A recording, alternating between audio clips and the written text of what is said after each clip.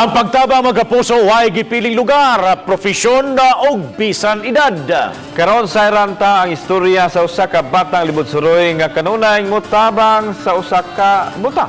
May picture pa mga kapuso nga may viral sa social media tungod sa iyang maayong binuhatan. Ato kining sayran.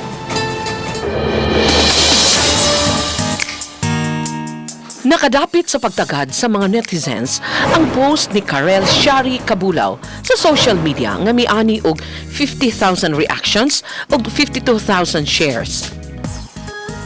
Ang maong hulagway nagpakita sa bata nga naghungit sa usa ka buta. Natandog ang uploader sa gihimo sa bata samtang nangaon sila sa usa ka kan-anan sa Barangay Pasil. Is wala ko ka-expect na mo viral. Akong tuyo to is maka-feel mo sa among na-feel pag-itato. Gipangita namo ang nahimutangan sa kananan ug nangutana usab kami kung kinsa ang bata ug ang buta nga nag-viral sa social media. Gihatod kami sa nakaila kanila ug didto namo na ila-ila si Ada o Jose Midel. 9 anyos. Matod sa bata, kanunay na niya kining gihimo aron dili maglisod og kaon ang buta. Agal man to gitabangan. Laoy magay. Laoy gito. Di man siya pita. Wa na namo maabdi ang buta nga nailhan sa ngan nga wawang o waway nga usa ka manaygunay.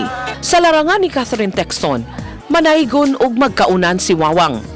Iyang ngitan nya ikuan sa iya sa tagaan sa siya ni Waway o kanang 10 pesos ana ba palipay sa ni Edward sa kanang bata ba kay gungitan siya umangi sa siya mo sa tuy mo guide niya. Gikalipay usab kini sa inahan ni Ada nga bisan pa man lisod ang ilang kahimtang apan wa kalimti sa iyang anak ang maayong pamatasan ug ang pagtabang bisan sa ginagmay nga paagi. Nga dili sila magbinuang di mangnabot ya unsay makita nila nga tabangan angay tabangan man akong tudunan niya. Alang kaniya ang gibuhat sa iyang anak usa ka hiyas nga dili makawat sa uban. Uban ni Lian Singkulan ug June Salon, Chelo Valiena, Balitang Bisdak.